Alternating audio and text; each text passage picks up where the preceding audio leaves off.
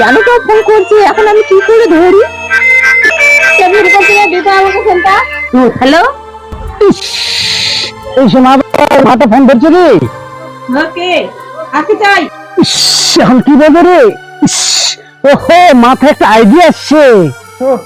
Hello hello hello hello hello হ্যাঁ hello, আমি কলকাতা থেকে বলছি। আমি তো পাচ্ছেন করলপতি ওরে বাবা, করলপতি বলছিলাম, আপনার মেয়েটাকে ফোনটাকে একটু দাও তো।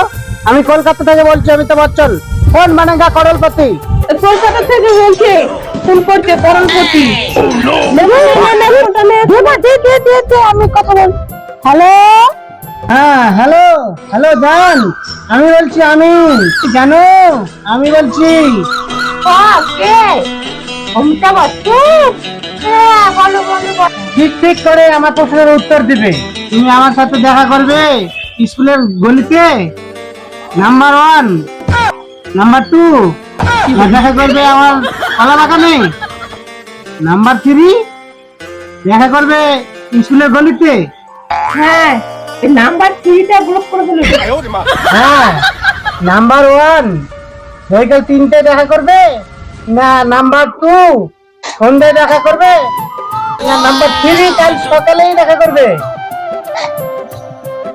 নাম্বার 1টা ব্লক করে দিল। হ্যালো সোনা, তুমি তাহলে পাকা 3টেই ঠিক আসবে। হ্যাঁ, জান হবে। আর আমি ঠিক পাকা 3টে আমি চলে যাব, ঠিক আছে? ও মা, ওটা দাও দাও দাও দাও। অমিতাভ বচ্চন আমাকে দেখা করতে বলেছে। সে করলপতি। অমিতাভ বচ্চনের সাথে দেখা করা মানে ঠিক আছে হবে। এই ফোনটা ধরে রাখো, আমি চলে যাচ্ছি।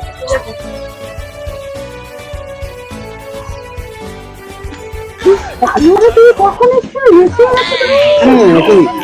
না, আমার মেয়ের ঘরে ফোন করে দিবি, তাহলে আমার মা বুঝতেই পারবে না। করলপতি করে আমার মাকে ফোন করে ধোঁয়া বানাই দিচ্ছি আমরা।